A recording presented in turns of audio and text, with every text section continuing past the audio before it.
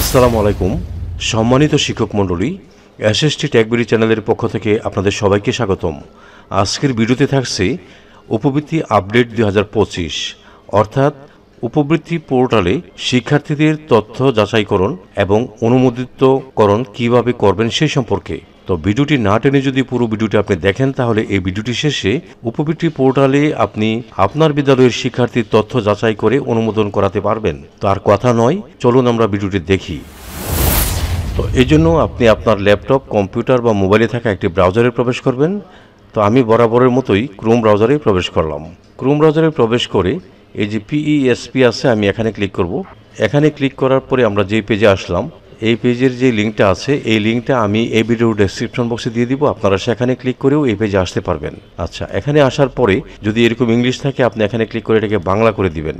তারপরে এখানে যদি কারো ক্যাপসা না আসে, আপনারা রিফ্রেশ বাটনে ক্লিক করবেন, ক্যাপসা চলে আসবে। তারপরে আপনি এখানে আপনার মোবাইল নাম্বার, পাসওয়ার্ড আর ক্যাপসা দিয়ে লগইনে ক্লিক করবেন। তো আমি আমার মোবাইল নাম্বার এবং পাসওয়ার্ড দিলাম, এখন আমি ক্যাপসাটা দিব। যদি ক্যাপসা বুঝতে কারো সমস্যা হয়, তাহলে এখানে রিফ্রেশ বাটনে ক্লিক করে আপনি আপনার পছন্দ মতো ক্যাপসা এনে এখানে লিখতে পারবেন। তো আমি ক্যাপসাটা লিখে দিচ্ছি। তো আমি এই ক্যাপসাটিও লিখে দিলাম। এখন আমি লগইনে ক্লিক করব। তো আমি লগইনে ক্লিক করলাম। হ্যাঁ, লগইনে ক্লিক করার পরে আমাকে এই পেজে নিয়ে আসছে। এই পেজে আসার পরে আপনি সোজা চলে যাবেন ড্যাশবোর্ডে।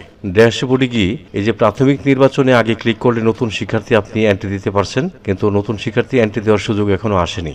আসলে সেই ধরনের ভিডিও আমি আমার এই চ্যানেলে আপলোড করব, আপনারা সবার আগে পাবেন। তাই আপনারা এই চ্যানেলটি সাবস্ক্রাইব করে রাখেন, এই ধরনের নতুন নতুন আপডেট ভিডিও সবার আগে আপনারা পেয়ে যাবেন। আচ্ছা, তারপরে বেনিফিশিয়ারি তো দরকার নেই, আপনি তথ্য সংশোধন এখানে যাবেন। এখানে গিয়ে তথ্য সংশোধন যাচাই করুন, তারপরে তথ্য সংশোধন অনুমোদিত। তো আপনার কাজ হবে তথ্য সংশোধন যাচাই করুন, এখানে ক্লিক করা। তো আমি এখানে ক্লিক করলাম। এখানে ক্লিক করার পরে আমার এখানে এই যে শিক্ষার্থী আছে দেখেন, এই শিক্ষার্থীর তথ্য আমি সংশোধন যাচাই করব, এই জন্য আমি এখানে ক্লিক করলাম। এখানে ক্লিক করার পরে আপনি এখানে দেখবেন শিক্ষাবর্ষ 2024 আর বর্তমান অর্থবছর 2024-25।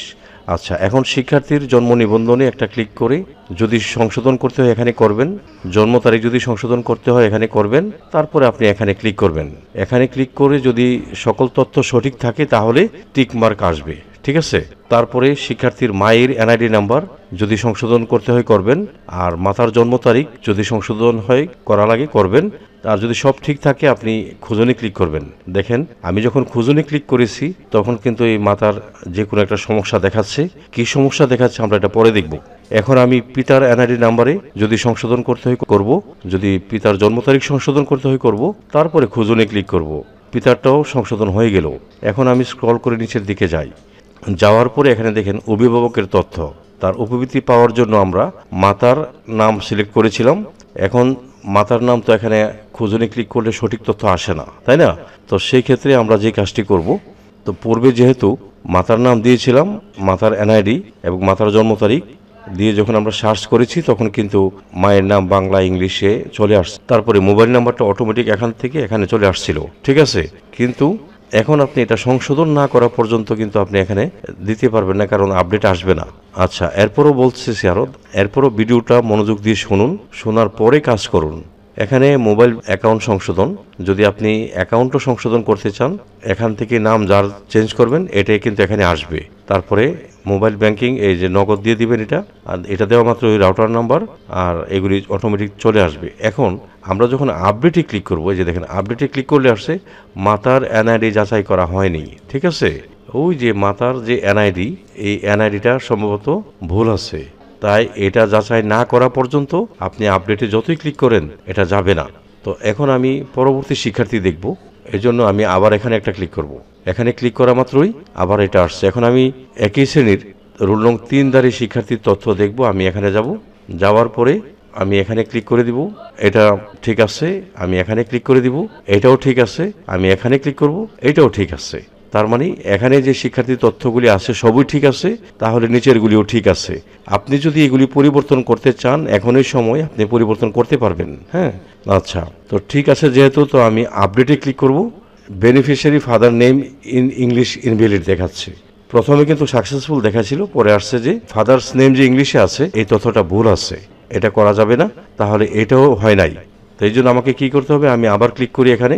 এগুলি তো সব হয়েছিল, দেখেন আমি ক্লিক করলাম, করার পরে beneficiary father name in English is invalid. তো ফাদার্স নেমের যেটা আছে এটাকে, যে ইংলিশে আছে মোহাম্মদ আলী, হ্যাঁ এটা ইনভ্যালিড দেখাচ্ছে। এটা ঠিক করার জন্য আমি আবার ওই শিক্ষার্থীর পিতার এনআইডিটা দেখব, দেখার পরে প্রয়োজনে আমি এগুলি আবার কেটে আবার নতুন করে তথ্য দিব। একই নাম্বার হলেও সমস্যা নেই, একই জন্ম তারিখ হলেও সমস্যা নেই, দিয়ে আমি আবার খুঁজনে ক্লিক করব। করার পরে যে তথ্য আসবে, আসার পরে আপনি যখন সাবমিট করবেন তখন হয়তো এই লেখাটা আর আসবে না। আচ্ছা, এখন আমি আরেকজন শিক্ষার্থী দেখি, দেখেন 3 নাম্বার কিন্তু রয়ে গেছে, 2, 3 এগুলি রয়ে গেছে, এগুলি যায় নাই। এখন আমি 4 নাম্বার শিক্ষার্থী দেখি, আমি এখানে ক্লিক করলাম। এখানে ক্লিক করার পরে তার জন্ম সনদ ধরে নিলাম, ঠিক আছে, জন্ম তারিখও ঠিক আছে, আমি খুঁজনে ক্লিক করব। ওকে, মাতার এনআইডি ধরে নিলাম, ঠিক আছে, জন্ম তারিখও ঠিক আছে, দিলাম। ওকে, পিতার এনআইডি, পিতার জন্ম তারিখ ঠিক আছে, ধরে নিলাম, ঠিক আছে। ওকে, এখন এগুলি পূর্বের মতোই আমি যেভাবে বুঝাইছি এভাবেই থাকবে। আর যদি চেঞ্জ করতে চান চেঞ্জ করতে পারবেন। তো আমি এখন এখানে ক্লিক করলাম। অ্যাকাউন্টটি সক্রিয় আছে, অ্যাকাউন্ট প্রদত্ত জাতীয় পরিচয়পত্রের সাথে যুক্ত, মোবাইল নম্বর প্রদত্ত জাতীয় পত্রের সাথে যুক্ত নয়। তাহলে এই যে মোবাইল নাম্বারটা দেওয়া হয়েছে, এই মোবাইলটা ওই মাতার জাতীয় পরিচয়পত্রের সাথে যুক্ত নয়। সেই ক্ষেত্রে মাতার জাতীয় পরিচয়পত্র দিয়ে কোনো নাম্বার কেনা থাকলে সেই নাম্বার আপনি এখানে দিয়ে আপডেট করতে হবে, তখনই এখানে সাকসেসফুল দেখাবে। তাহলে আমার এই শিক্ষার্থীরও হলো না, তাই না? তাহলে আমি আবার তথ্য সংশোধন এখানে ক্লিক করব। করার পরে এখন যাই আমি পরবর্তী শিক্ষার্থীর, আমি এখানে গেলাম, এখানে গিয়ে ধরে নিলাম যে এই শিক্ষার্থীর সবই ঠিক আছে, হ্যাঁ ঠিক আছে, ধরে নিলাম মাতার সবই ঠিক আছে, খুঁজনে ক্লিক করলাম, ঠিক আছে, এবং ধরে নিলাম পিতারও সব ঠিক আছে, খুঁজনে ক্লিক করলাম, ঠিক আছে। এখন আমি স্ক্রল করে নিচের দিকে যাই, এগুলি প্রথম যে শিক্ষার্থী দেখালাম ওইটার মতোই আপনারা সংশোধন করে নেবেন বা করতে পারবেন। তো আমি আপডেটে ক্লিক করলাম, অ্যাকাউন্ট সক্রিয় আছে, দেখেন এটাও সেম, মোবাইল নাম্বার জাতীয় পরিচয়পত্রের সাথে সম্পৃক্ত নয়। তাহলে এই যে মোবাইল নাম্বারটা আছে মেইন হলো এই নাম্বারটা, এই নাম্বারটা মায়ের যে এনআইডি নাম্বার আছে সেই এনআইডি নাম্বারের সাথে এই নাম্বারটা যুক্ত না, অর্থাৎ মায়ের এনআইডি দিয়ে এই নাম্বারটা কিনে নাই, এই জন্য এটা নেয় নাই। ঠিক আছে, আমি পরবর্তীতে আরেকটা শিক্ষার্থী যাব। তো আমি একটা সাকসেসফুল দেখাই আপনাদের। এই জন্য আমি রোল নং 12 শিক্ষার্থীর তথ্যটা হালফিল করব। এখানে দেখেন ধরে নিলাম সকল তথ্য ঠিক আছে, তাই এখানে দিলাম। মাতার তথ্য ঠিক আছে, এখানে দিলাম। পিতার তথ্য ঠিক আছে, এখানে দিলাম। দেওয়ার পরে আমি এখন আপডেটে ক্লিক করব। হ্যাঁ দেখেন সাকসেসফুল দেখাইছে, তার মানে আমার ওই শিক্ষার্থী ঠিক ছিল। হ্যাঁ, এই জন্য সকল তথ্য ঠিক দেখাইছে, ঠিক আছে। তো ওই যে দেখেন আমি যে শিক্ষার্থীটা সাকসেসফুল দেখেছে সে 12 ছিল, কিন্তু এখানে আর 12 নেই।